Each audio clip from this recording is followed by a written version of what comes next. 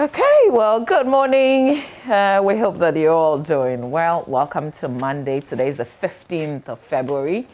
If you missed the AM news, well, you've made it in good time. We're about to review the newspapers for you. So what's in the newspapers today? We'll touch base with myJoyline.com as well. I've got the Business and Financial Times, the Daily Dispatch, the Ghanaian Times, and if time permits, I'll get into some more papers that we have today. Ben? Okay, so I shall do the Daily Graphic, the Daily Guide newspaper, Republic Press, and the Finder newspaper. All right, let's start with the Ghanaian Times newspaper, and on the front page on COVID-19, there's an update. Ghana's vaccination plan to cost $52 million, but some very scary figures coming out over the weekend with the daily cases recorded and the deaths also increasing. We're still really going up with our COVID-19 cases. NLA warns public against fraud, illegal mobile game. Armed robbers attack, snatch MC's official vehicle at gunpoint. Free nationwide 1 million waste bin distribution project takes off in 5 MMDAs. And third police officer allegedly commits suicide in Tema. On page 3, more of the crime stories. Trader 66 in court over 32,000 visa fraud. Professor Bennett passes on. Professor George Bennett, Professor Emeritus and a former Vice Chancellor of the University of Ghana, Legon, is reported dead. And then police gunned down armed robber at Pram. Professor Yao Bennett, who also passed. In the center spread, Ghana records new COVID-19 deaths, 15 within 24 hours. Total deaths now 533. And then 14 COVID-19 cases recorded in 11 schools in the Upper East region. There are positive cases recorded among school children from 11 schools in the Upper East region. That's disclosed. This was disclosed by the Regional Health Director, Dr. Emmanuel Kofi Jochi, who said this at a media briefing on Saturday. And he told the media that the Regional Directorate investigated 80 suspected cases from the 11 schools. Out of the 14 children infected, 10 of them were managed, treated, and discharged, and they were in good condition, he said, leaving 4 active cases which are currently being managed at the treatment center in the region. On the back page, Kodakot fall to, is it Setif in Accra? Akona calls 32 for AFCON qualifiers. Mediama overcome Bichim United. Some sports stories on the back page of the Ghanaian Times newspaper.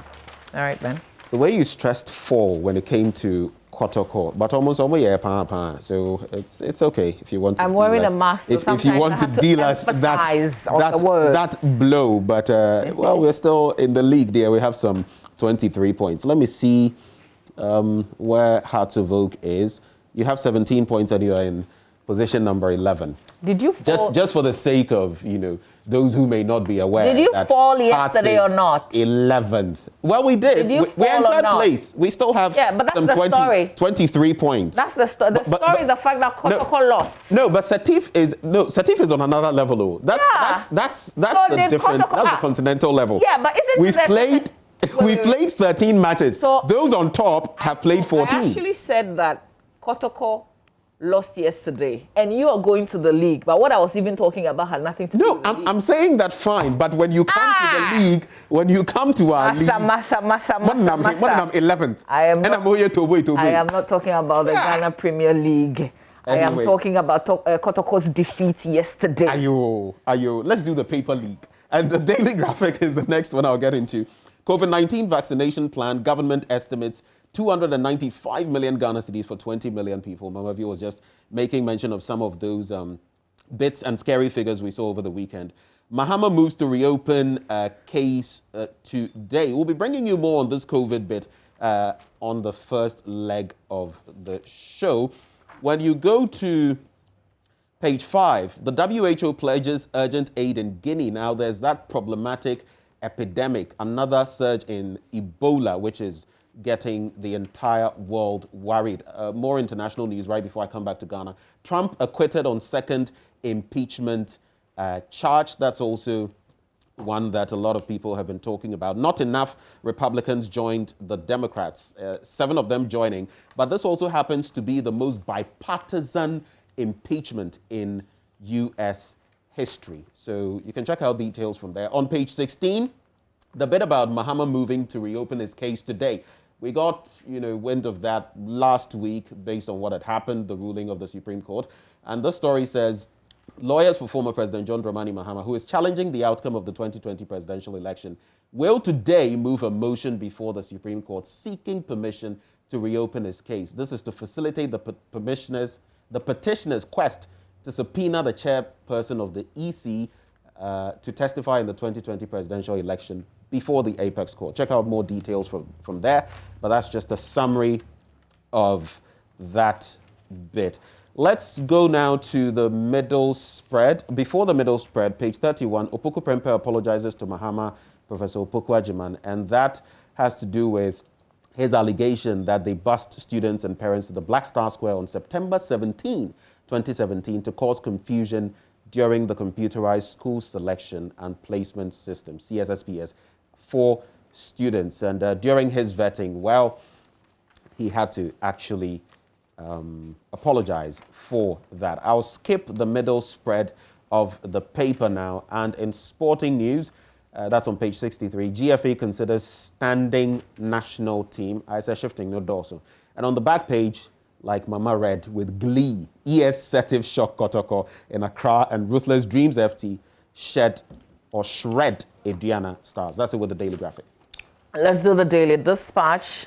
Front page, NDC national chairman slots. So the Daily Dispatch is looking beyond this election petition and looking ahead into 2020.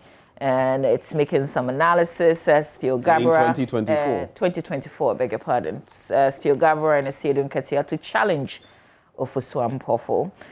Full Supreme Court judgment in refusing Jean Mensah's cross-examination, and the story about Zoom Lion starting nationwide distribution of free bins in Greater Accra, also on the front page of the paper. Basically, these are the headlines you'd find when you grab the Daily Dispatch newspaper today.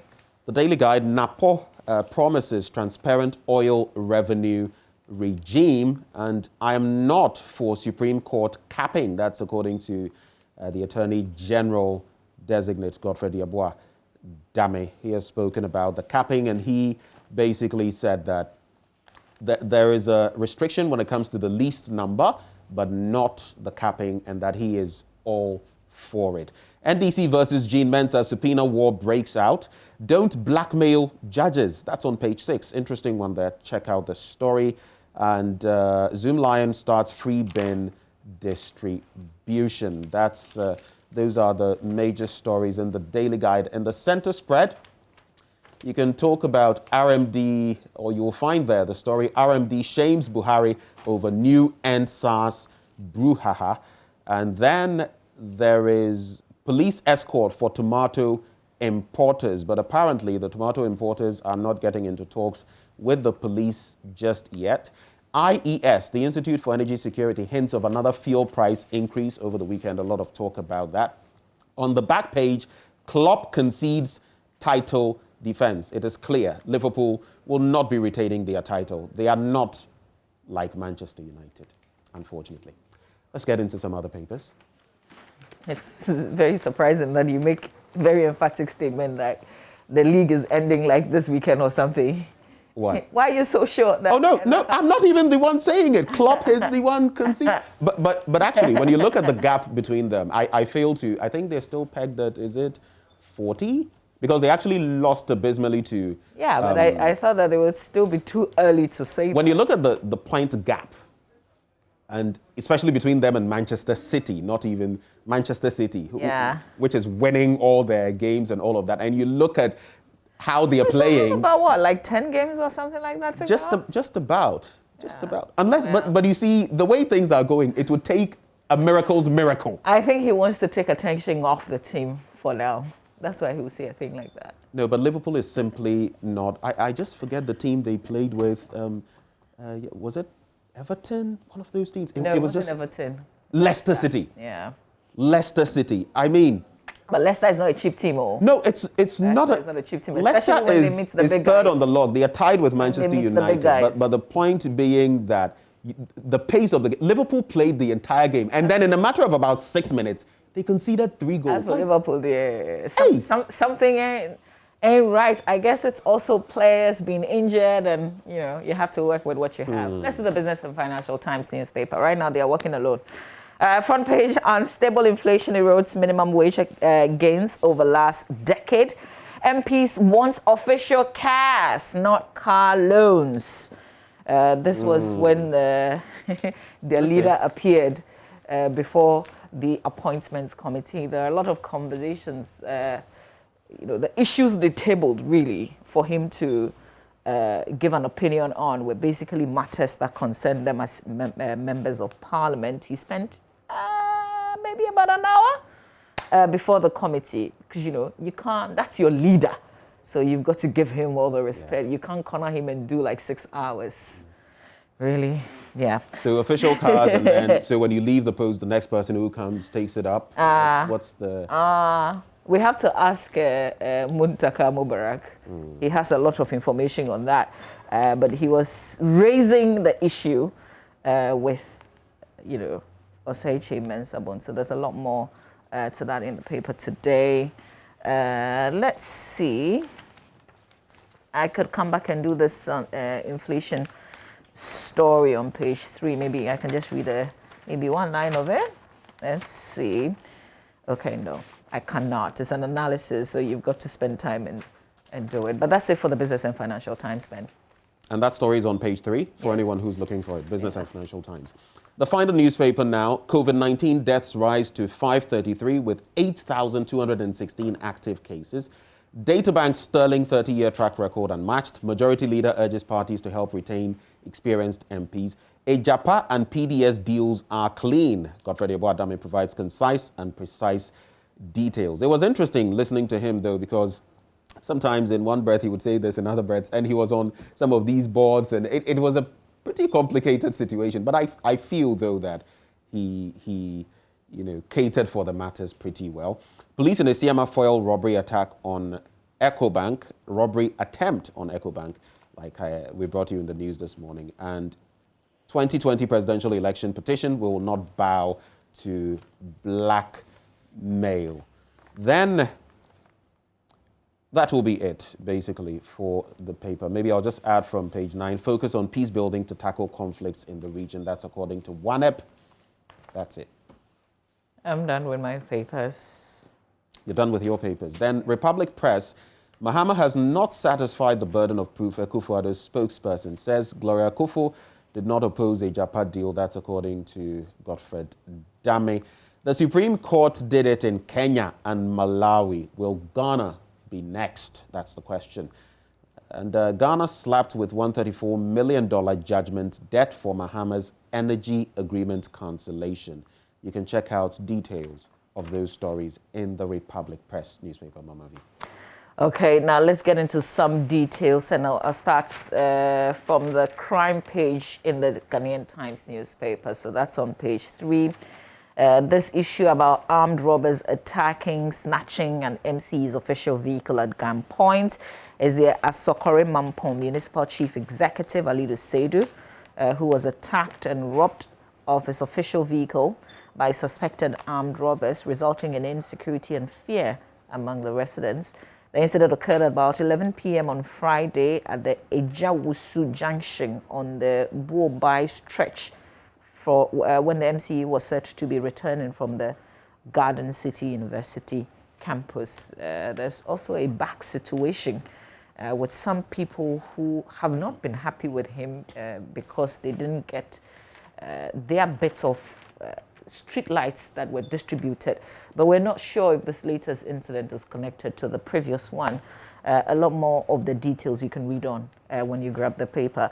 This other issue is about a 66-year-old trader who allegedly collected some 32,200 Ghana cedis from 3 persons under the pretext of securing UK visas to enable them travel abroad, but failed.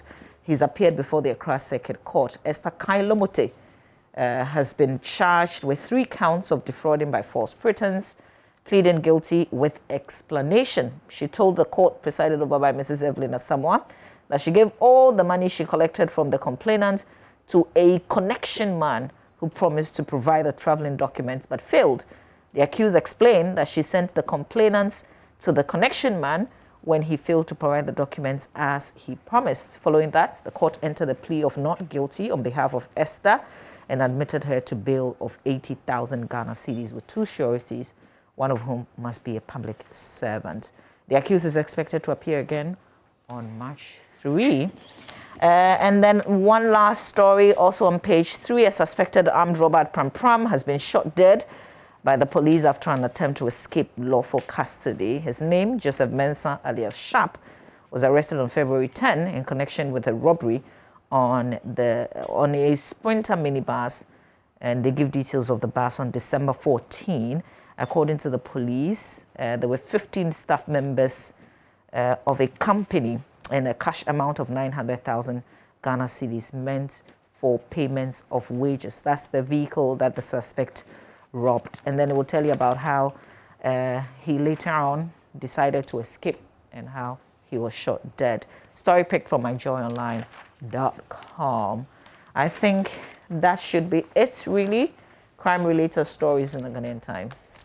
I'll focus on 2 major stories from the Daily Graphic. COVID-19 vaccination plan. Government estimates 295 million Ghana cedis for 20 million people. And according to the story, the country is estimated to spend about 294.5 million. That's approximately $51.7 million to vaccinate the initial 20 million people. Now, the summary budget covers operational costs for phase 1 of the 3-phase National Vaccine Development Plan for COVID-19.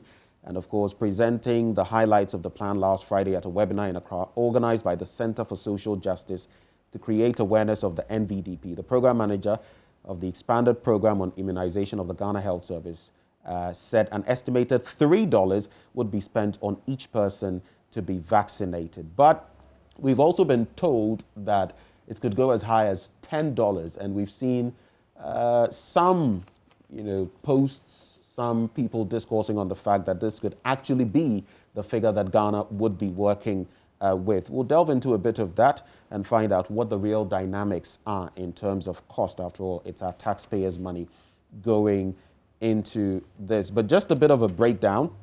Dr. Amponsa Achiano said the estimate covered additional cold chain facilities that will be needed for storage.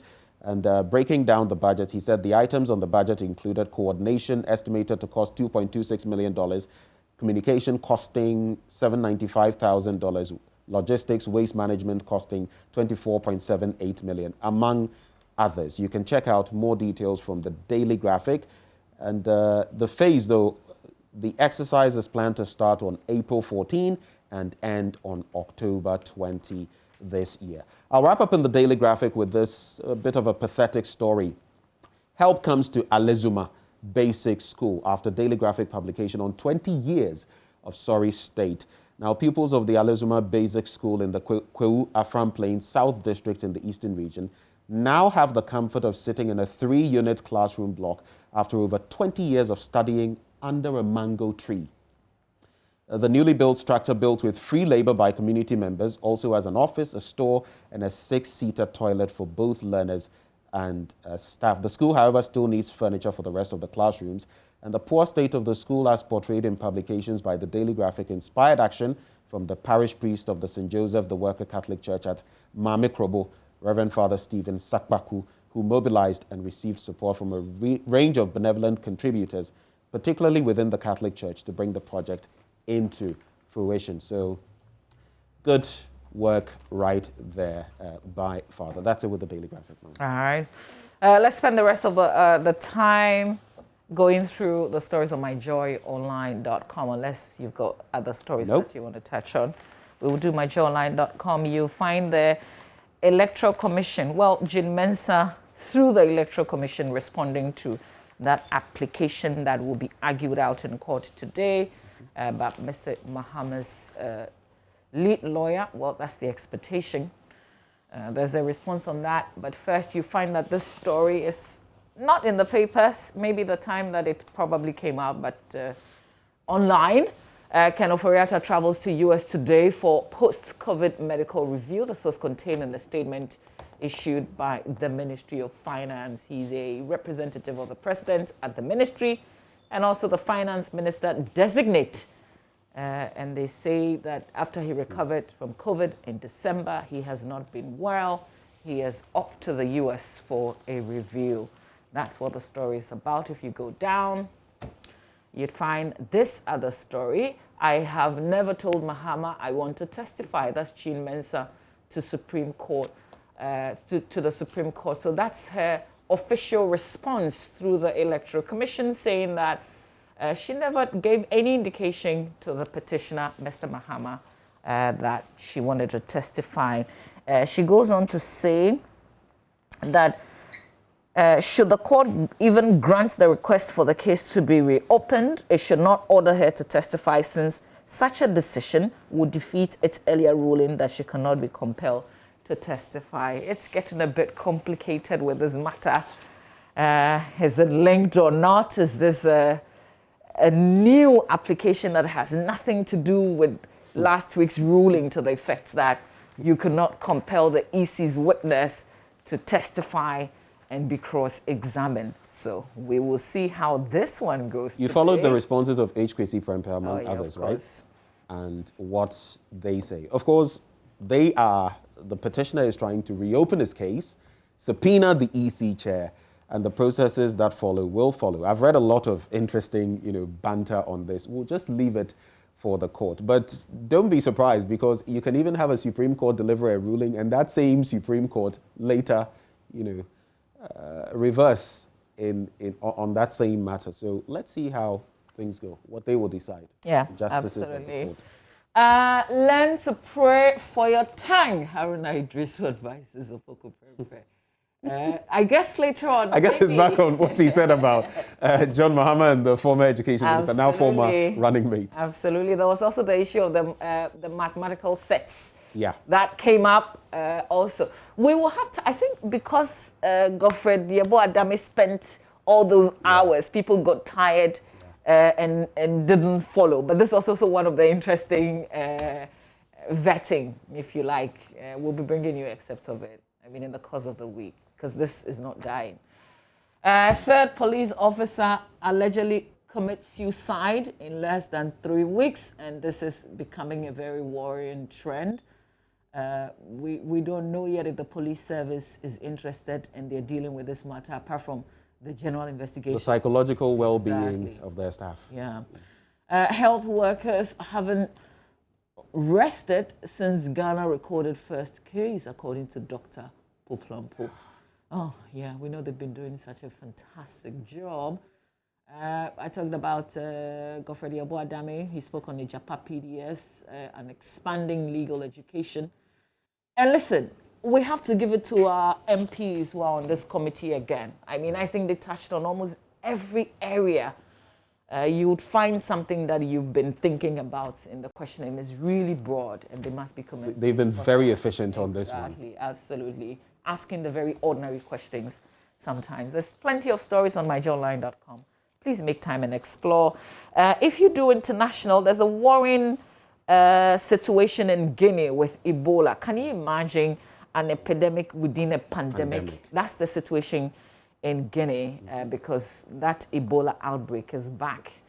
It started with a nurse, they say, who died and was buried late in January. The people who attended the funeral, about 7 of them also fell ill. They tested positive for Ebola. 3 of them, I think, have since died. But thankfully, there is a vaccine, and they say that the structures that they put up when Ebola happened, they have those structures to deal with this case. But we have to, as we pray for ourselves in Ghana and our country, we have to say an extra prayer for Guinea. And the virus is so contagious, just participating in, I've seen this so many times where people participated in the burial and they themselves got it and died. And last year, while we're battling COVID-19, the DR Congo also had a similar, they were battling about 3, COVID-19, Ebola, and something else. And we Be thankful. And this should not be too far from you, because when there was the first Ebola outbreak, Liberia, Sierra Leone also experienced it. Yeah. So when it's happening somewhere else, don't think that is too far. See us with COVID-19 today. Well, it's a wrap for the news review now.